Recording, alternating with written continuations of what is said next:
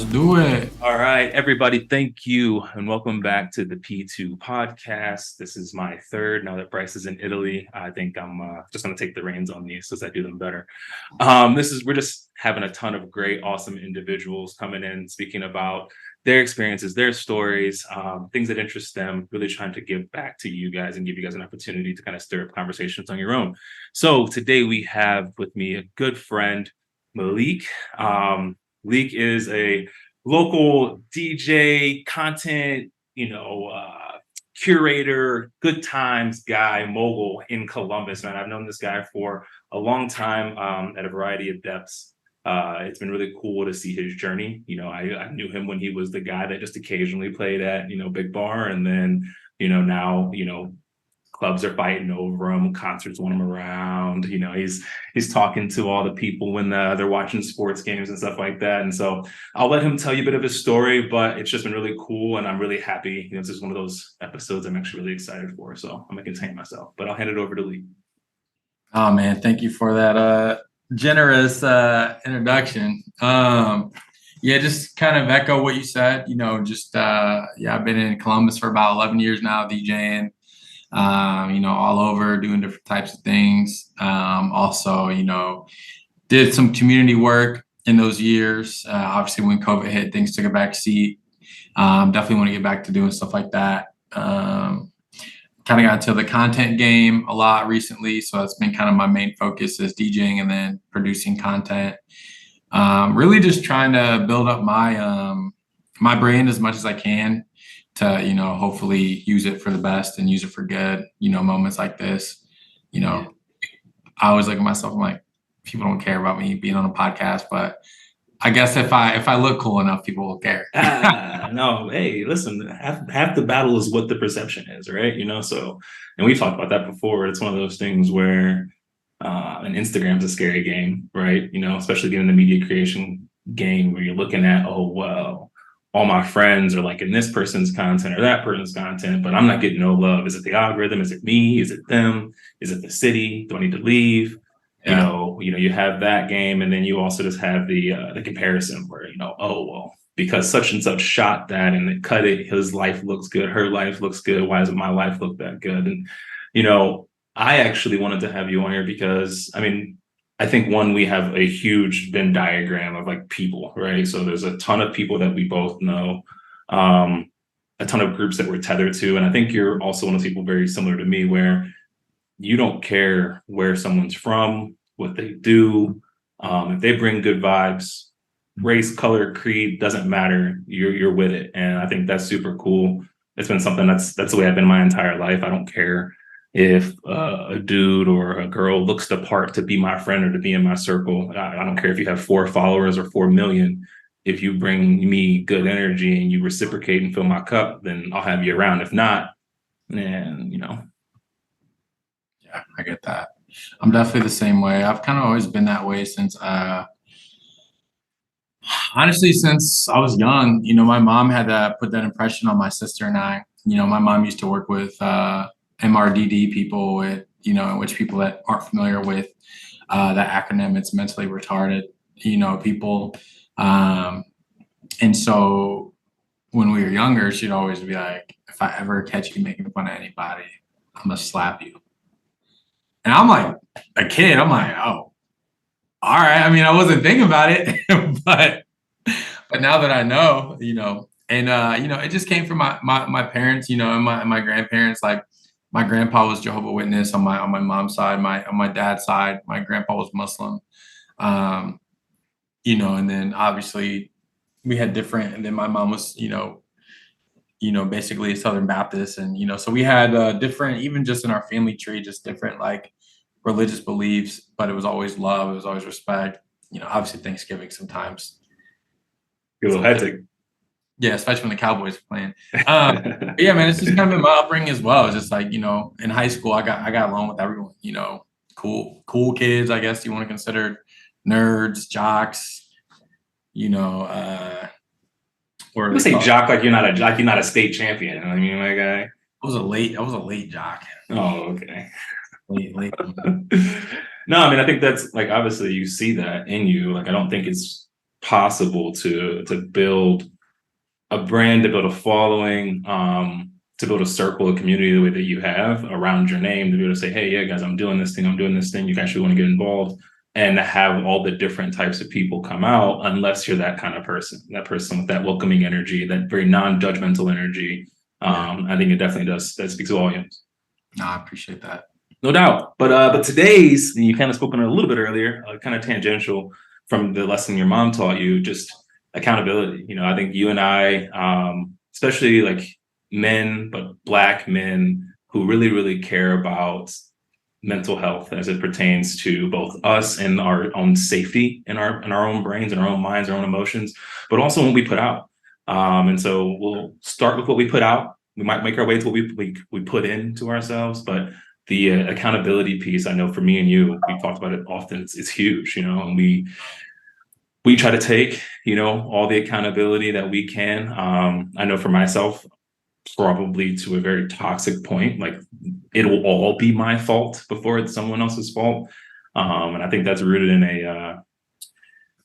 a very insecure, I don't want to feel like I'm relinquishing power to someone else. And by saying I could not control it, to say that it was not my fault or I could not have affected an outcome would imply that I did not have power over a situation, that someone else or a situation had power over me. And so I will look for that 1% opportunity to take accountability.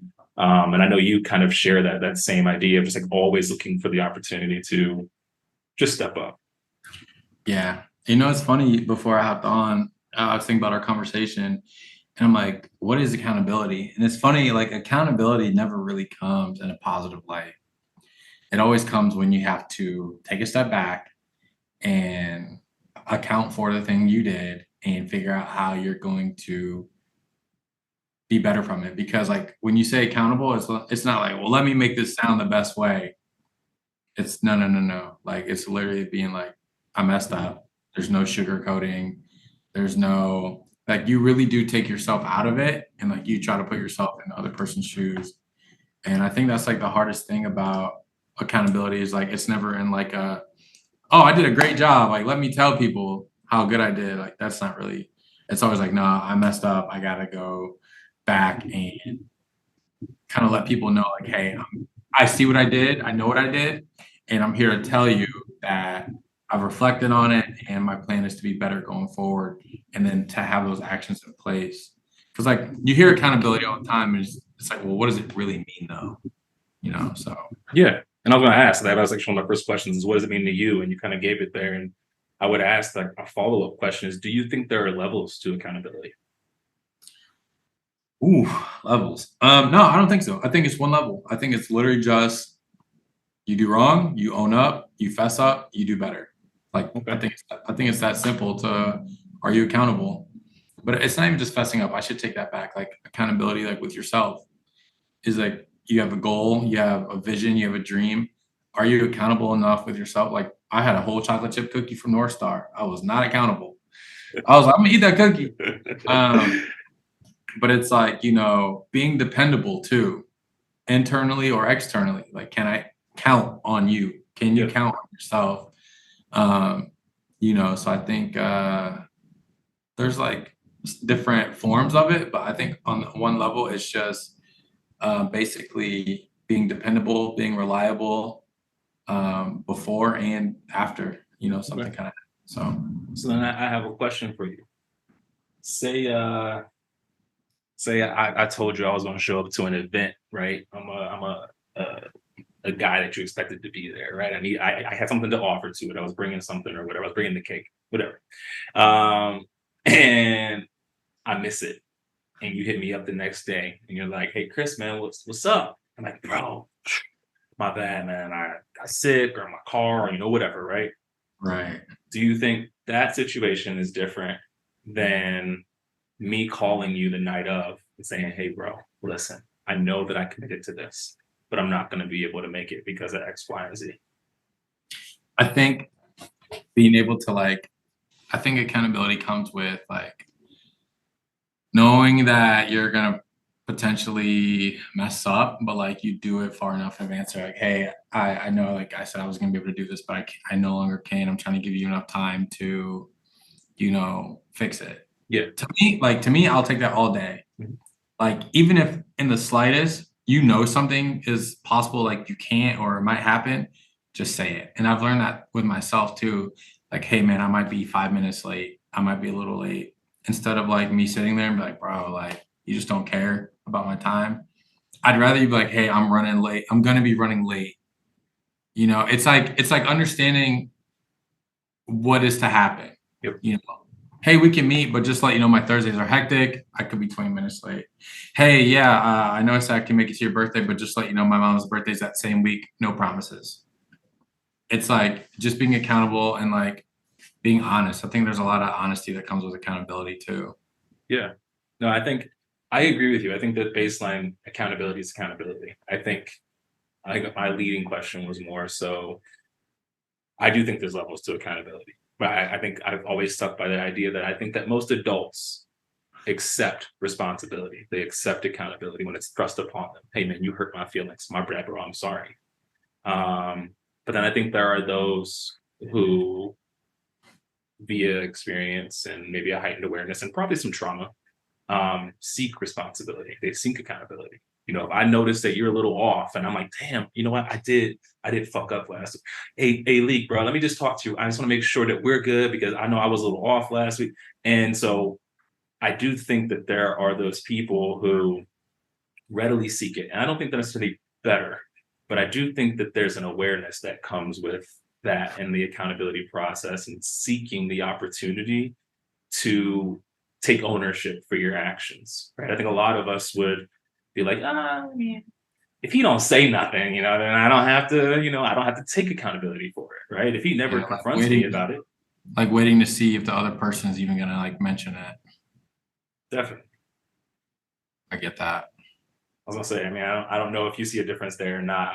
Mostly the reason why I asked that is because in a world where I think that a lot of people do accept accountability, I think there are few that seek it, few that are going to say, hey man, listen, I know I wronged you. Hey man, I know I fell short here. Or even to themselves, I know I fell short here until something catastrophic happens. And so I'm like, how do we continue to encourage, accountability if other people are not always accountable or as I've had situations like that actually where, I've done something to another person and like people have been like, well, are you going to say anything?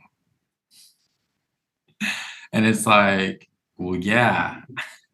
And it's like, it's funny, like that's like the first question is like, well, are you going to say anything? It's just like, and it's tough because like there's what it's that saying like take it to the grave. And it's just like, what's your fine line between taking it to the grave and accountability? So yeah, I like that what you said, like the people that seek it, it's like, nah, I gotta say something. I have to. But I was gonna say I know I didn't get to that level until I got older. Like when I was younger, I'm like, hey, look, we gonna see. Now it's just like, nah, man, I gotta say something, man. Yeah, it's like I don't know if we all live that way, and like I know there are people still our age that live that way that are just like, hey, listen, like, and I'm weird, and I know that comes from, like I said, some trauma, some stuff in my background where I'm afraid people that I care about are going to leave, right? And I think that most of relationships, friendships, even like familial connections erode because of lack of communication, right? I say something to you, you don't like it, you go tell, whoever and be like, yeah, man, he da da da da da. But when you see me, it's like, what's up, bro? And you never give me an opportunity to show you who I really am. Because if you go, hey man, listen, I didn't like that. I might give you, oh shit, that's a you problem. Or I might go, damn, bro, my bad. I'll work on that. It won't happen again. And kind of gives us an opportunity to strengthen our bond. And I think a lot of people operate in the former because they avoid those conversations and that accountability taking or the opportunity to provide someone to take some accountability. And I think that gets tough. Yeah. I mean, like you said, if everyone did that, the world would be a better place. But I mean, we're not taught how to communicate. Honestly, like we're taught how to talk, but we're not taught how to communicate, which is like two different things. Like, we're taught A through Z, 1 through 100, but no one teaches you, hey, this is how you should approach the situation in your life when it comes up. You just learn that by trial and error, so I think the thing that comes with accountability is also grace, which can be tough, grace and forgiveness. It's like knowing that you mess up and that people have, like you mess up and you're held accountable and people forgive you and they're graceful. But it's like when it happens to you, how do you handle that as well? So that's like another thing I've been trying to like work on and focus on is like, being accountable and then also like being graceful with people that are also trying to hold themselves accountable when they do mess up. Like you said with the birthday cake thing, it's like, say like that's the first run-in we had in our friendship. Hey bro, I know this is unlike you. Next time, just let me know ahead of time. Right.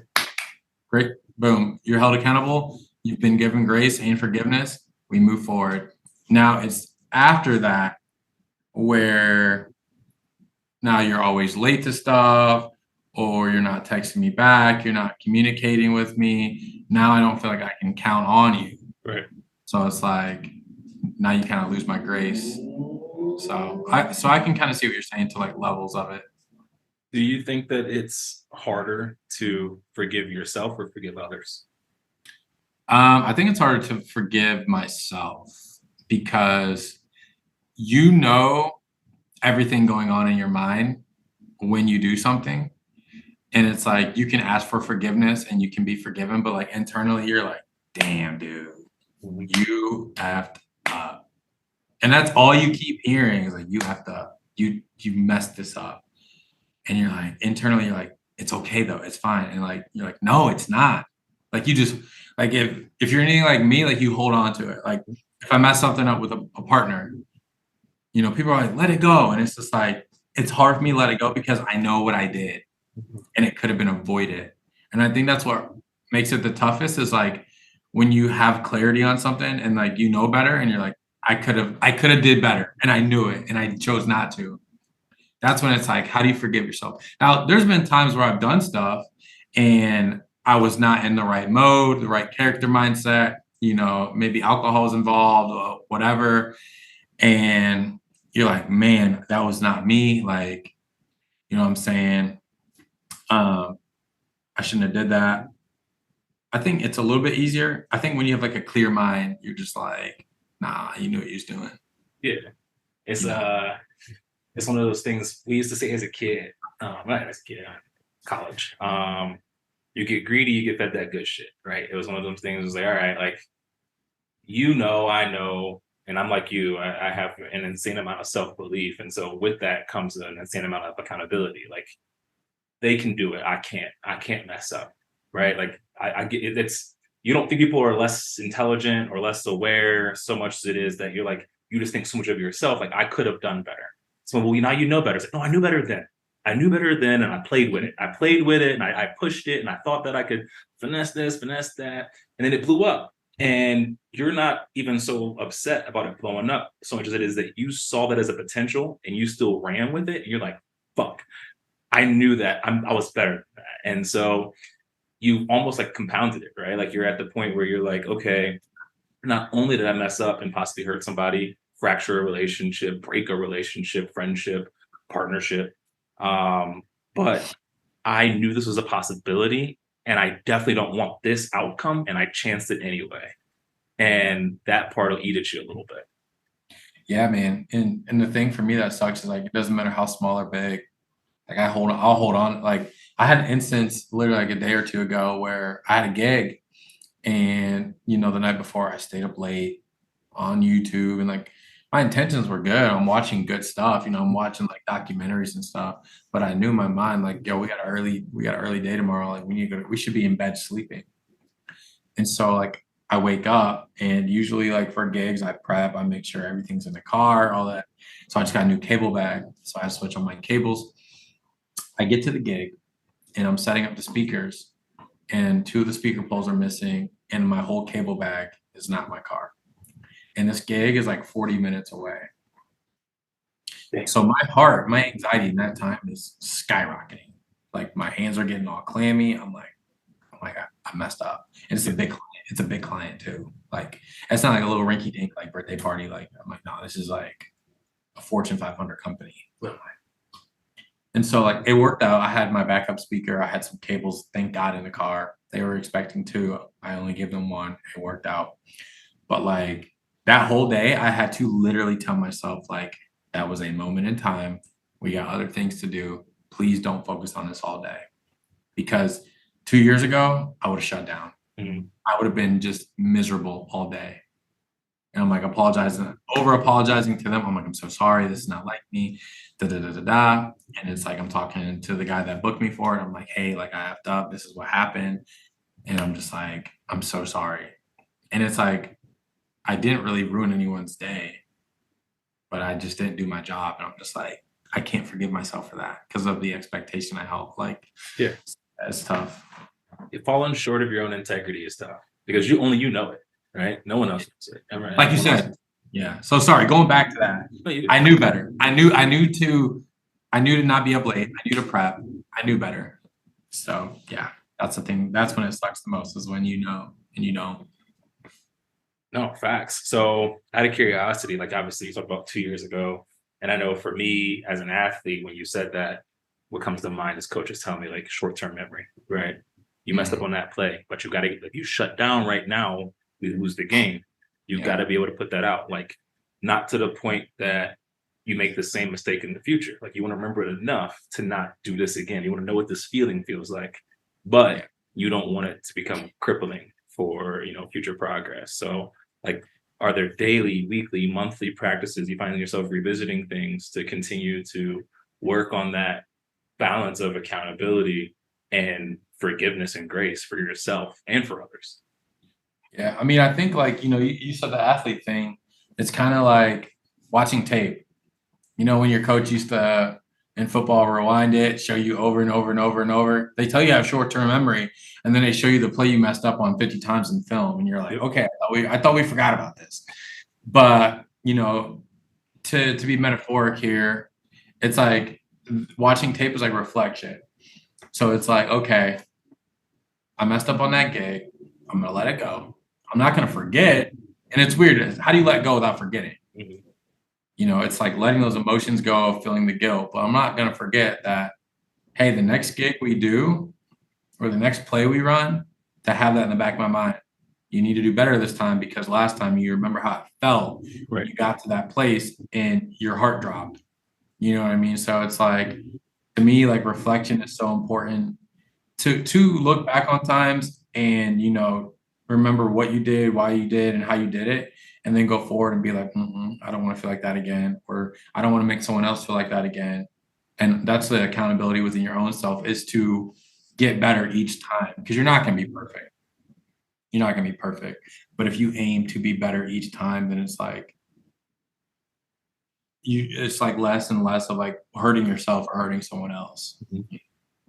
Definitely. And obviously like you have the Just Breathe account. And for a while there we had the groups and I've attended a couple of those. And honestly, man, it was probably one of the sparks for me. Because I had always been an emotional kid, right? I had always been an emotional kid. After my grandma died when I was in like 7th grade, there wasn't really anybody around to foster those emotions. And so, like most men, especially Black men, you shut that shit down. You figure out how to come out a bit more callous, a bit more just unbothered, and that emotional distance limits a lot of your relationships, your friendships, et cetera. And so I think that's when I was asking, like, how'd you find yourself in that space to want to start Just Breathe, to want to reach out to friends and connected friends and any sort of tertiary connections there? Like, were you doing things on your own? Was it something as simple as like I was just journaling, or I read this book, or read these books, or music, or whatever? How did that kind of become more instilled in you? I didn't really even know what mental health was until my sophomore year of college. Um, I was always an emotional person as well. My Facebook memories will attest to that. I've always been kind of the same, like, sensitive, emotional. I never really knew how to work through my emotions. I always compressed them, especially like when I was younger, in high school and stuff. If I had a bad day, you knew it. Like, because I was always happy. If I was quiet, oh man, kids in class were like, "What's up with you, man? You quiet today?" I'm like, "I'm just tired." They're like, "You sure you good, man? Something not going on?" I'm like, "Good." My favorite two words, I'm good.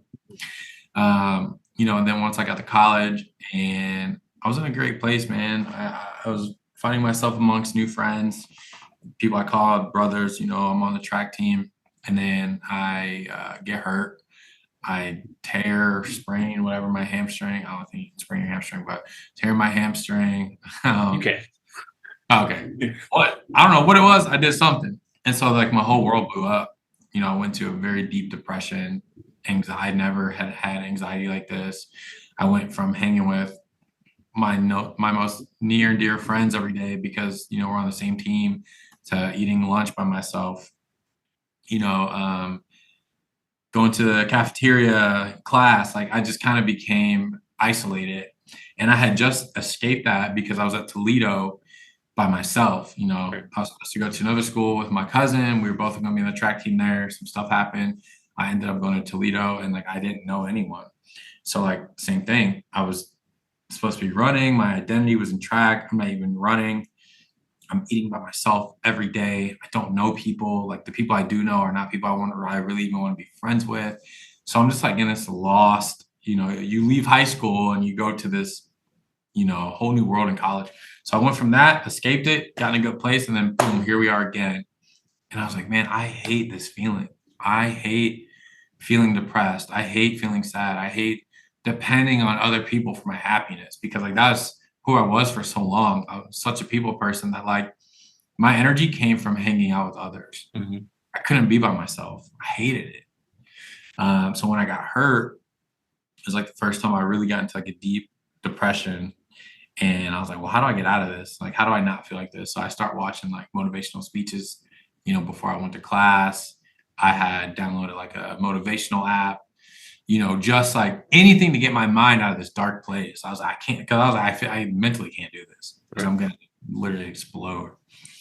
And so then, after college, I moved out to Arizona, and it was like another time in my life where I felt isolated, not by my family. I had my roommate, but like it was me and him. We didn't know anyone really out there, a couple people.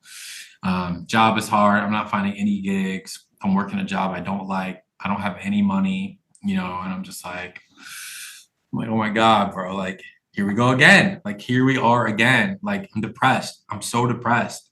How do I work through this? Right. And I was like, I had been working on stuff mental health wise. Um, it was in that time I really was like, I need to focus on like my mental health, like going out, working out, going on a walk, going on a run, reading, journaling, affirmations. Like that's when I really started getting into it. And I started posting it more on my Instagram. I was like, whatever, like this stuff makes me feel better. Maybe it'll help someone else. Mhm. So people were hitting me up all the time on my Instagram, like, hey, I love when you post this. I love when you post this. This made my day better. I'm like, dang, what if I could do this in a group setting, to where like people that are hitting me up, we came together and we talked about this kind of stuff. And so I made it my mission. I said, if I ever move back to Columbus, I want to start a mental health group. And then I did, and Just Breathe was created, and we were doing really good until COVID, and it's just kind of been more like an online platform. But yeah, that's kind of how the long-winded answer. My apologies, but No, how we absolutely got not. That's what we're here for. I mean, I want to hear your story, man. I want to have a conversation, and I want to thank you for sharing that. Like you said, a lot of that stuff is just you sharing your story gives someone else the license to share their story. You never know who's going to listen to this and comment, or listen to this and reach out, maybe listen to this and feel like, oh shit, I'm not alone. I identify with this person or these people, and they go tell their friends. So I think like that's what the shit's all about, is that connected ability to allow someone else to kind of shine some light on what they have and what they have going on. So one, definitely like very much appreciate, because I did not know all of that about your story. I obviously could tell like, okay, like I see there's a kindred nature here. Like there I see parts of me in you. So I'm like, I'm sure he's probably gone through some shit that's put him into some dark places because I resonate.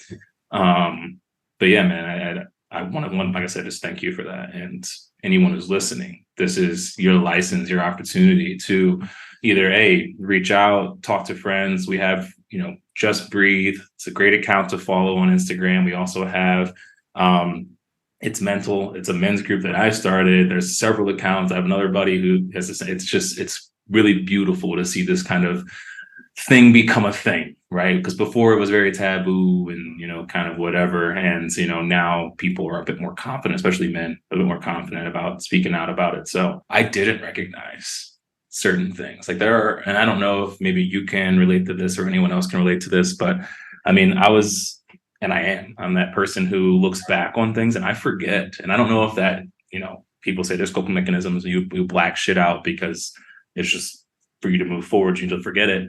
Or if it's just because for me, the framing of things was, dude, like there are people who have it worse. You got to keep it pushing, right? We had our struggles as a family and stuff like that. I had my struggles as a kid being in between families, just had parents, and my parents didn't like each other for a little bit. They had that contentious relationship that you see so many have when they started to do that co-parenting thing. It's crazy that I was talking about it the other day. Like I remember as a very small child, 7, 8 years old, wishing that I didn't exist. I remember it's like, why though at that age? It's crazy because I felt like a burden, it's one of those things. I felt like a huge burden to a lot of the people around me. I saw people fight because of me. I watched my parents get pulled apart. I watched my mom cry because they were arguing. I watched my sisters get tugged around and different things. And so it just seemed like everything always, and because you're a kid, everything was your fault, right? It seemed like everything kind of centered around me. I mean, I used to go to my room after letting people down. Like my mom would get upset at something I did. And I would feel like such a disappointment that, bro, I would hit myself. It's crazy. You're probably the first person that I've told that isn't a girlfriend or a very close family member. And I think back about that and I'm like, wow,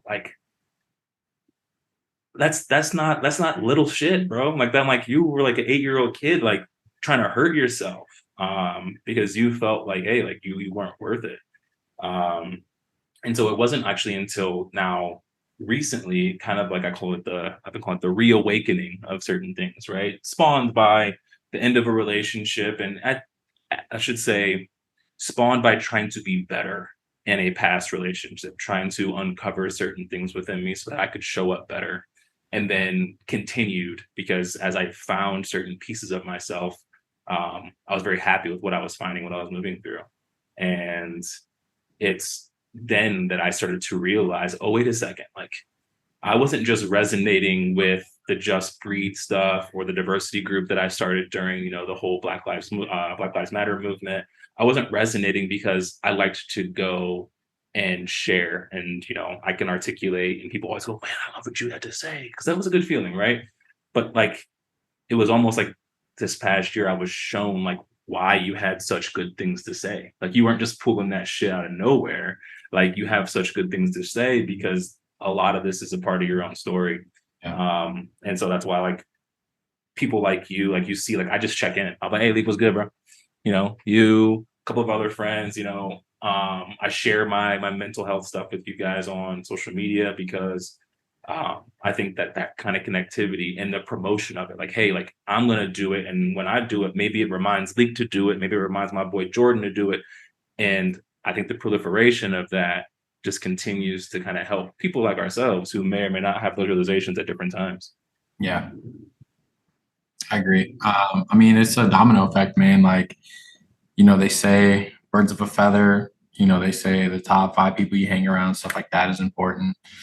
So definitely to that last part, it's vital that we continue to do the work and, check in on each other. And, it's funny when you said the part too, just man, you're deep. And it's I'm deep for a reason. It's because I've either 1, been through so much, or 2, I've created so many scenarios in my mind that have just haunted me. And I think that's a thing too that we don't talk about enough is like, what have you created in your mind like that's not true? People don't like me. People hate me. People think I'm ugly. People think I'm fat. Who said that? It's like how many scenarios, I'm not a good DJ, I'm not a good host, I'm not a good mental health advocate. Okay, well, who said that? Well, no one said it, but okay, so like, you're deep because you've dug this hole for yourself, which I used to do a lot. And then like you said, it's just like stuff you go through. So that's why to me, like I said, reflection is so important to get out of your own head because to tie it all in, like the stuff from childhood. I told someone, I don't think you really understand the trauma you go through as a child until you get in a relationship because you don't really have anyone to project it onto until like you're with someone like every day and you're like, holy smokes, I'm acting just like my mom. Whoa, I'm just like my dad. Wow. And it's like, you don't, and it sucks like that it really only happens when you get into a deep relationship. But that's one thing I noticed like with myself is like when I started dating, these traumas started to come out, things I needed to work on, things I needed to fix. So Yeah, no, 100%. I mean, I remember dating Maddie. I was probably like 3 years in, and I called my dad, and I was like, and it's funny because then my dad, and he still is to a degree, my dad is less of a role model and more of like, that's my homie, right? He was young when he had me, and we've been able to learn a lot of things together. And now we have conversations that are very much man to man. But growing up, I wanted to be just like, and I knew, and things I knew his faults. I knew that he could be condescending. I knew that he was a super intelligent guy, super articulate guy. And because of that, he wielded those things not necessarily for quote unquote good, right? He would use them as weapons against others. He would beat them into submission with his words because they couldn't refute what he was saying or they couldn't beat him in debate or word twisting and stuff like that. And so I find myself, your girl goes, well, babe, da da da da da da. And instead of going, well, no, babe, that's not how I feel, you go, no, like you make her feel stupid or whatever. like, you'll start like you won't like one of the things I have to stop saying is like you won't win this battle.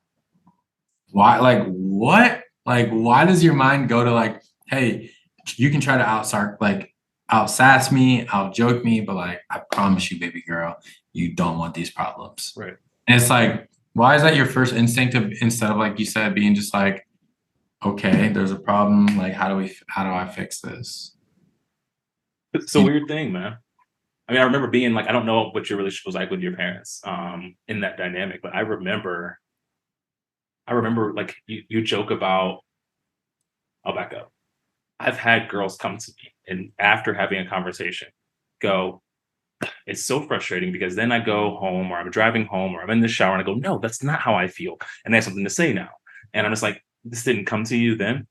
I remember being that kid. I remember being that kid talking to my dad in the living room and being like, I mean, and you just feel stupid. You're like, all right, cool. And you go upstairs and you go, no, he's stupid. I meant to say this and whatever. And you have the answer to the questions and you find that it's not so much the lack of the recall or the ability to be quick so much as it is like, there's an emotional unsafety there, right? You don't feel like you can articulate and think freely in this space. And it starts to create a person who just does this. And all of a sudden you do that to the people around you. And then you wonder why they're not being open with you. You're like, I talk to you, I communicate. And it's like, yeah, but the way that you communicate is, shutting people down. That's really important. One of my favorite motivational podcasters, whatever, Ed Milet, says that we're not taught things as kids. Things aren't taught, they're caught. Mm. And I love that he says that because like my dad is very sarcastic and he didn't teach me how to be sarcastic, right? But I caught on how to do it. Like people will be like all the time, like, man, you act just like your dad. Well, my dad didn't teach me how to be just like him. Mm-hmm. I just figured it out by being around the guy. My mom, she loves people and, my mom can talk a lot. My sister's not that much like my mom. We both have, different things that we get from both parents, but it's things that you catch on to and either like you hate it or you love it. And it like becomes your Like there's some people like my dad was an alcoholic, so I don't drink. Right. They caught on to that. Like I caught it. I was like, it ain't for me. Some people are vice versa. My dad was a drinker. I'm a drinker. My son gonna be, you know what I'm saying? It's like, these aren't necessarily things like our parents sit down and say, hey, we drink in this family. It's like, no, like you kind of just catch on. And I've had to catch myself when I, suppress my emotions sometimes, or when people compliment me, that's how my dad can be. He's not a very emotional person. You can say some nice things about him. He's like, all right, man, thanks. It's just like, that's how I am sometimes. It's just like, you got to unteach yourself things that you learned or that were caught. And the funny thing is, you can't even be mad about the people before you, because they caught on to something that was caught on by their parents and their parents and their parents. And we're really just living in a family tree of survival instincts. Yep. When you think about it. Getting out of that survival mode, man. That's a huge thing. Just depends on what your family's had to survive mentally. So 100%. I mean, my dad, that's just funny because I've had people, especially white people, white women, white guys, white friends that come and they meet my family, or they hear my story and they go, wow, man, like, just look, good for you. Look what you've overcome. And I'm just like, I mean, you get better, right? And then I've had girls meet my dad and go, I mean, but like, you're not, you're much better than your dad. I'm like, I don't like the word better, but I get what you're saying. And I think that's the point. And I think he would love to hear that. I said, but before that you other him, before you kind of drop him into this bucket of bad, you should meet his dad. And I think that kind of sparks a different conversation. And it is just interesting, like you said, the survivability aspect of it. You mentioned something about things being handed down. And you kind of mentioned it earlier too, when you talked about possibly a misaction or a misalignment in behavior versus integrity when under the influence or different state of mind and stuff like that. And I think that as much as I love all the positive mental health talk and the very just like, let's talk about it. There's no taboo around it. Let's talk about it, because I do think that shit's really important. So you don't have little kids hitting themselves, and you don't have college students, in very depressive states and isolating themselves. I do think that there's a very interesting phenomena that's happening, which kind of clues into accountability, where we start to accept things. It's no longer a seeking of knowledge. Like, I want to know, okay, you know what? I'm not going to be a drinker because alcoholism runs in my family. There's a high chance of me becoming an alcoholic as well because of the lineage here. Anxiety runs in my family. Depression runs in my, like, whatever it happens to be, right? And so we stop, or a lot of people are stopping at, oh, I am chronically depressed. Oh, I'm anxious. I have high anxiety. And instead of, like, you saying, you know what, I'm going to just be mindful about my alcohol intake, right? I'm going to be mindful about being in this scenario or that scenario because I understand where the risk is. We now divert our path and say, oh, you know what, like, this is just what it is because of what it is, right? I'm not necessarily, I'm sorry, I shouldn't say we divert our path. This is what it is because of what it is. I'm a drinker because my dad's a drinker. I can't deal with this because I'm anxious. I can't deal with that because I'm just depressed today. I cannot go to work. I cannot hold a job. And you have this thing, and it's like, it's funny because I love this phrase. People talk about protecting your peace. And I'm like, that's fucking, you're right. Protect that shit. It's finite. You can go away. You can get stressed out. Like, protect that shit. But also, don't be an asshole. Like, that doesn't mean that you get to negate all responsibilities because you're anxious or because you're depressed. You don't get to behave like an asshole because you're drunk and you have a hard time battling against your, alcohol consumption, or your, I guess I should say, your draw to alcohol. Like, you can't blame it on that, So I had the question written, like, where does accountability for you lie for actions or words, things that are said, that are rooted in maybe like an emotional or neurodivergence, right? If someone has ADHD or they have anxiety, like, is that okay? Can someone come and say, hey, I have anxiety, or hey, I have ADHD, hey, I'm depressed? Or do you think that there should be an equal level of accountability there? I think that once you get to an understanding of knowing what you have, I think there's a responsibility to fix it. So it's one thing to not know and just be like, my brain is haywire. I don't know what the heck is going on with me. I'm trying to figure it out. Right. There's a lot of grace there because you don't know. I don't know. You're trying to, maybe you're taking different meds, you know what I'm saying? But I think most of the time, like, let's say I'm going through a lot of stuff, right? And I decide to go get plastered. Bro, my bad. I got so drunk. But like the thing is, like, you knew that you were in a bad state of mind. And if you have awareness, and I know like not all of us are at the stage, but it's like I've been in situations where like I know I'm in a bad mood. I know I'm on some shit. And I know if I go out and drink and get drunk, I'm gonna do some stupid stuff because of the mood I'm in. You say this in demon mode, huh? Call it what you want. But it's like knowing that you're in that state of mind and choosing to go do something that's gonna amplify that mood. You knew. Mm-hmm. You know, because you know yourself. Because like when I'm in a good mood and I might have a couple drinks, I'm not trying to do anything stupid. I'm just trying to have a good time. You know what I'm saying? But it's when I'm in that mood, like, oh, so-and-so pissed me off.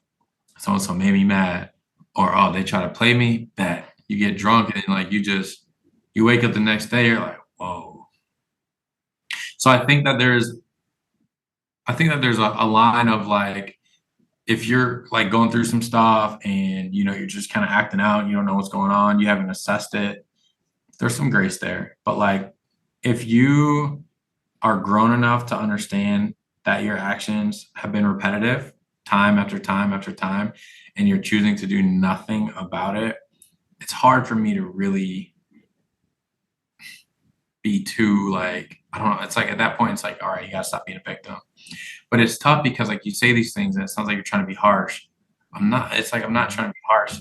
It's a mental thing. Like you are in a mental cycle of victimization of yourself, and it's like you just got to get out of it.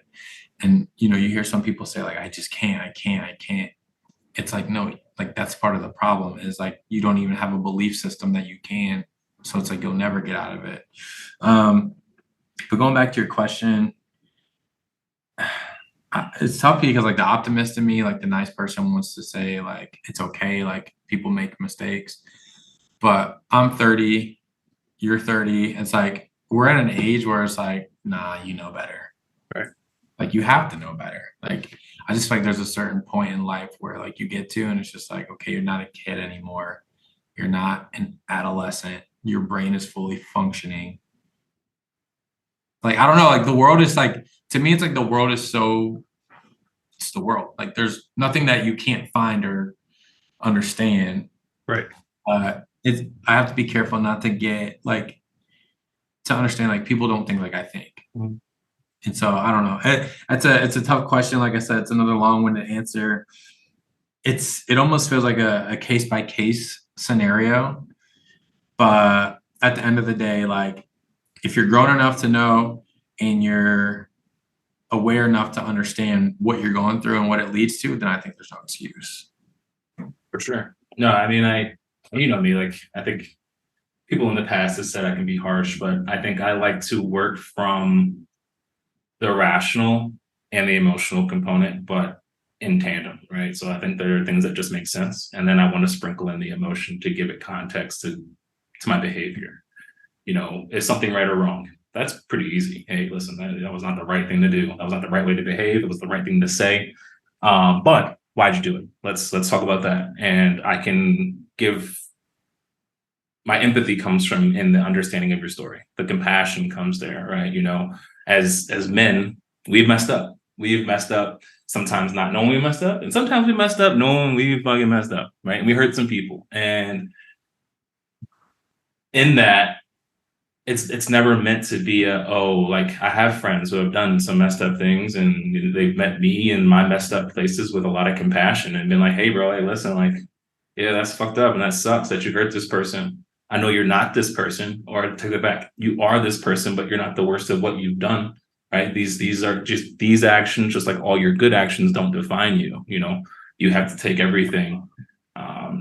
I think it's an interesting thing that we do, right? We sit there and when someone is super sad, depressed, they're drunk, they're anxious, we go, that's not them, right? That's not them. I'm like, yeah, it is. It is. You can't tell me that that isn't them, but the best version of them isn't. If the best version of them is them, then the worst version of them has to be them.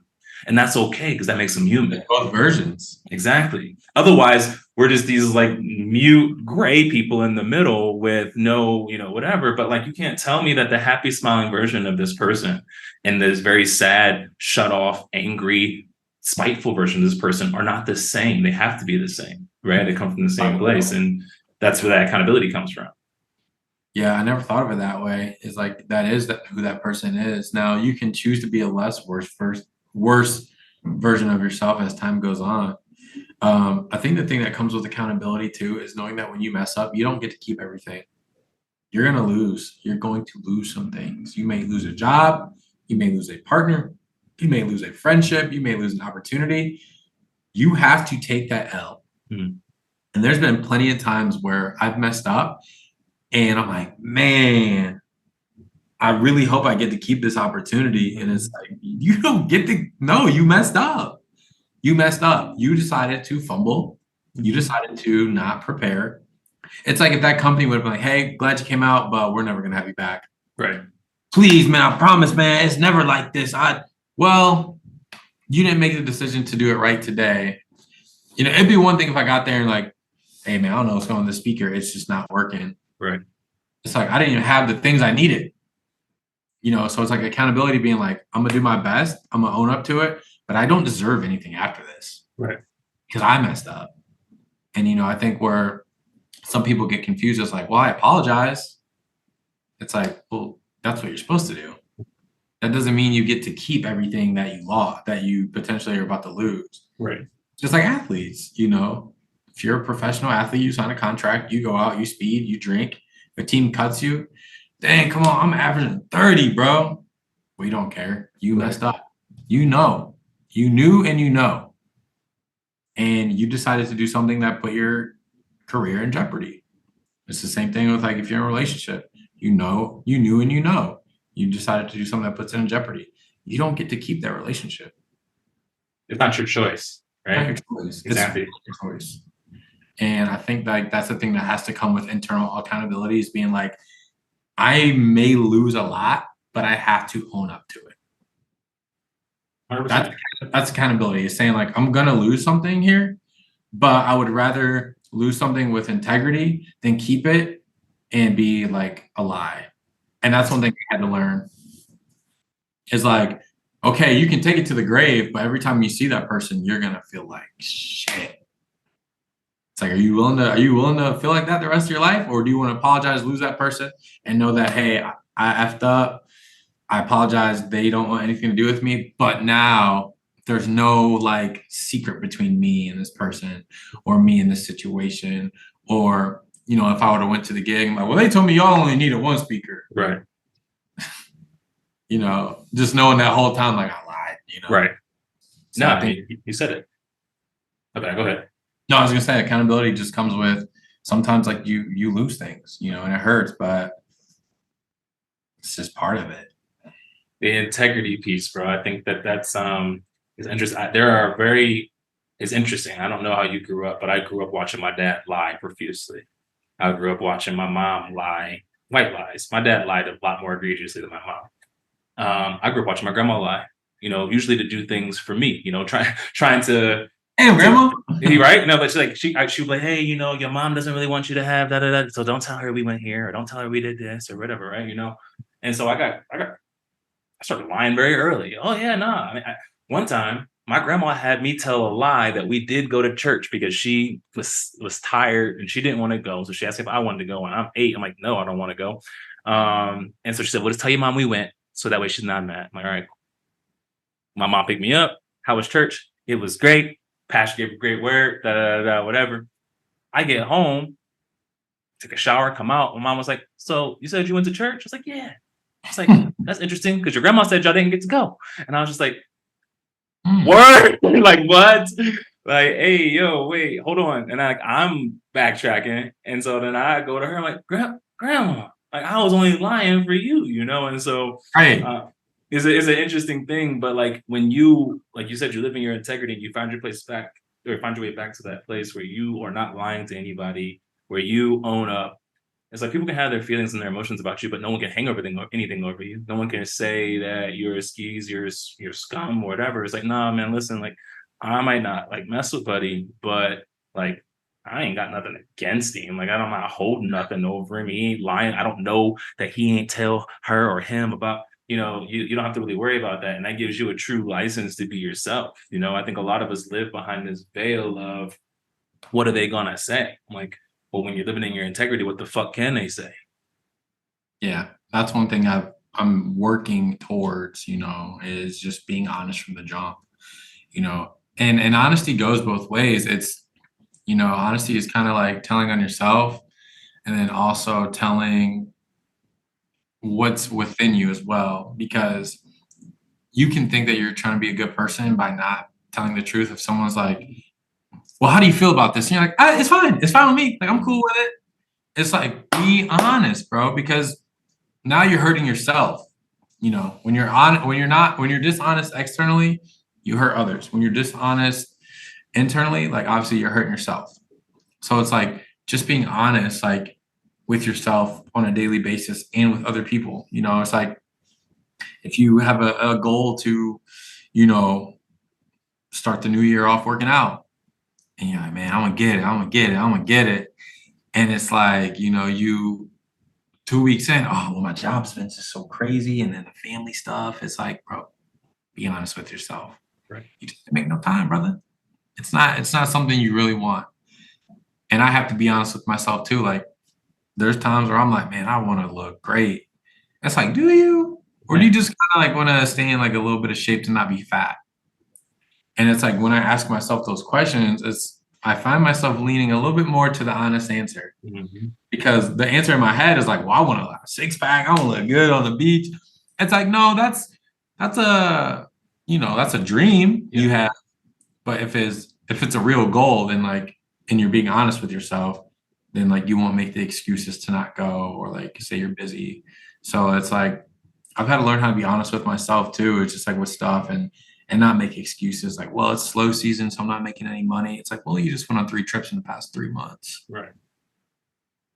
Yeah. I mean, like you said, and I think you can take a step further even too and say, listen, like, I think everybody wants to be in shape, right? If you tell everyone right now, like they could snap their fingers and be in whatever shape they want, they would be. But I think the honesty comes in when you're talking about, okay, how much work are you willing to put in to get whatever it is you want? Right. And being honest about that. It's like, okay, listen, I'm willing to give you 3 days. It's like, okay, well, I can give you 3 days of results, and so being able to be honest with yourself, like you said, there is huge. But I did want to ask you, like, kind of like my finality of of everything. I think that you do a really good job at this, and I continue to try to get better at it each day, and encouraging others, and also talking about your process. So, say you have somebody out there right now, male, female, that is in that place where they do kind of feel like they're in that cycle. They're lying to this person, that person. They're not being true to themselves. It's hard to look themselves in the mirror. Where do you start? Where do you, because like, we know why accountability is hard. We know why going to somebody and telling them that you lied to them or you did something to hurt them is hard. So how do you convince yourself to get started? How do you convince yourself to risk those relationships, those opportunities? What's on the other side, for you that is so worth it? I think it's honestly just something that you have to want for your life. But I think that if you approach each opportunity with an opportunity to get better, like you'll slowly see over time, like that's who you become. Like if every time you talk to someone, you're like, this is my chance to be honest. This is my chance to be a little bit more emotional or sensitive to their feelings. This is my chance to set my boundaries. If you look at every single like time you have a conversation or an opportunity, life is honestly like one long ass practice. You know what I mean? You have big moments in your life where it feels like a game, but other than that, like, like these podcasts, like these feel like the games, everything that we've gone through is a practice because we're able to share those experiences. Like, yeah, I went through this, I went through this, so if you look at every opportunity as like a chance to really grow in that moment, over time, like you're gonna look back and be like, wow, I've come a long way. Every relationship you go through, if you're like, hey, this relationship, I want to be a better communicator. I want to spend less time on my phone. Like, and if it doesn't work out, but like those things you really got better at, it's like, okay, like you improved. Yeah. And then you look back like, well, I spent less time on my phone and I communicated better, but I didn't spend enough time during the week. I put my work first. Next relationship, I want to communicate better, spend less on my phone, and not put so much work before my partner. It's like if you take each opportunity, each relationship, whatever it may be, each job as a chance to get better, like over time, like that'll just become who you are. And like the same, it goes with DJing, fitness, mental health. You know, like I said, that gig I had, like not a big gig, small gig, but important. But if like I'm like, whatever, it's fine. Like that's a practice rep in your mind. Oh, whatever. So now the next time you do, you're like, well, whatever. And so like down the road, people are like, well, you have this like mad attitude about you and your business. And you're like, oh no, I don't. It's like, well, your actions show that. Like that's who you become. But if like, every gig, every opportunity, I'm like, I gotta do my thing. I gotta make sure I'm top notch. Like that just becomes instilled in you. Right. So that'd be like my long-term advice. Like I said, long-winded answer advice is like look at each opportunity as a chance to grow every day. And I know it sounds cliche, like every day is another opportunity, but like it is. It's like, well, what else like what else are you doing with your days if you're not trying to get a little bit better? 100%, man. Like you said, it's funny because sometimes you go through periods of life that like spawn very rapid growth. You have some sort of catastrophe, whether it's in a family, relationship, work, and you grow in one of two directions in a way that's going to feed you in the future in a way that you have to correct later on. You get to decide. But like you said, it starts with the first piece, right? It starts with the first conversation that you have where you're like, nah, I'm not going to do that no more, right? And you keep catching yourself on some of those old isms. And I know for me, a lot of it started with like, I would trauma map. I would trauma map everything that anyone's ever complained about, anyone's ever said been frustrating, anything I've been frustrated with.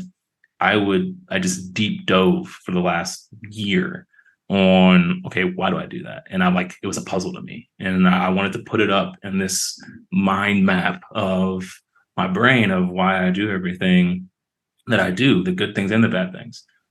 Because some of the good things come from a place of trauma as well. They come from a place of being afraid or people are going to abandon you or think less of you and you can't control perception. And so you go over and beyond on certain things, then they run you dry, but, especially the things that make people feel, right? You never want people to have that energetic about you. And if you can figure out where those come from, I've found that a lot of my things were not processes anymore. The process was figuring it out, but like almost like I've used this analogy multiple times. It's like a Where's Waldo book. It's like you sit there and you're looking and you're looking and you're looking and you cannot find this dude anywhere. You're like, bro, what the fuck? Like this dude is wearing red and white, got a fucking beanie on. He's at a beach. Why can't I find buddy? Right. And so you flip to the next page and maybe you find him there. Maybe you close the book, go do something else.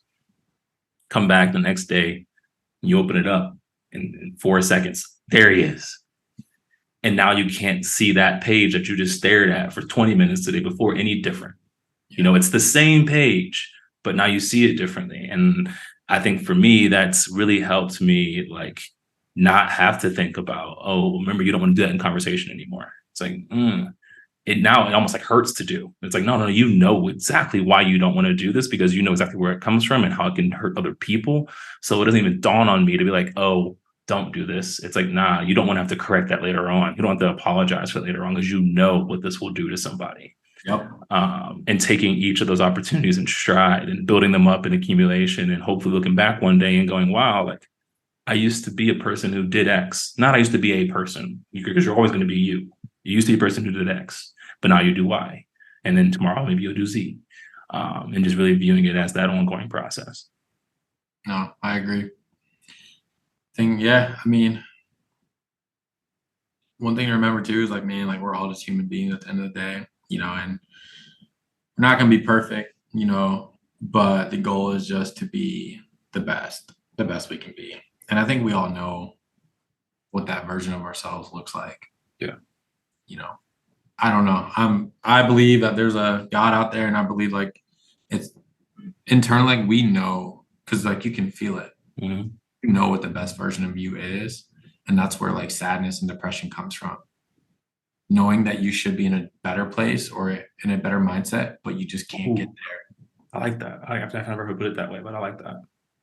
But I mean, it's like, I always think about like depression, anxiety. It's like, it's an absence of something. Like I'm anxious because I don't know what this person's going to say. I don't know what tomorrow's going to hold. I don't know if my grandma's going to be cancer. I'm anxious because I don't know. Like that's what anxiety is like the fear of just not knowing what's going to happen, and then it's like depression is just like knowing that you should be further along, knowing that you could have did better, but you're not, knowing that you're better than what you are. It's like, I'm depressed because something is lacking in my life, or I'm lacking in a certain place. Like, I know that when I get depressed, it's because I'm lacking sun. I'm lacking, engagement with people. I'm lacking mobility. I haven't worked out. I'm lacking nourishment because I haven't ate. Anytime I get depressed, I'm like, have you eaten out all week? Mm-hmm. Have you worked out at all this week? Mm-hmm. Have you talked to your mom or your dad or anyone you love? No. Have you journaled? No. How much water did you drink this week? Not a lot. Did you read anything? No. I was on TikTok and Instagram for 8 hours a day. I just named 6 things that depress me that I can beat. Right. So it's like, once you figure out where like your depression comes from or your anxiety comes from, you can beat it, like, so it's like figuring out what do I lack? Where am I lacking in my life? And then like changing it from like what's lacking to adding, okay, well, let me add good food to my life. Let me add 30 minutes of walking. Let me add 20 minutes of reading. Let me add 20 minutes to talk to my mom on the phone. Now you know what to input into your life to make you feel not depressed. I don't know what the antonym of depressed is, but not depressed. Yeah, it works. Yeah, so that's good. Like you get that like mathematical algorithm of your happiness. So you figure out the things that are going to fuel that moving forward. Yeah, it's just taking a step back and just realizing like what truly makes you happy. Indubitably.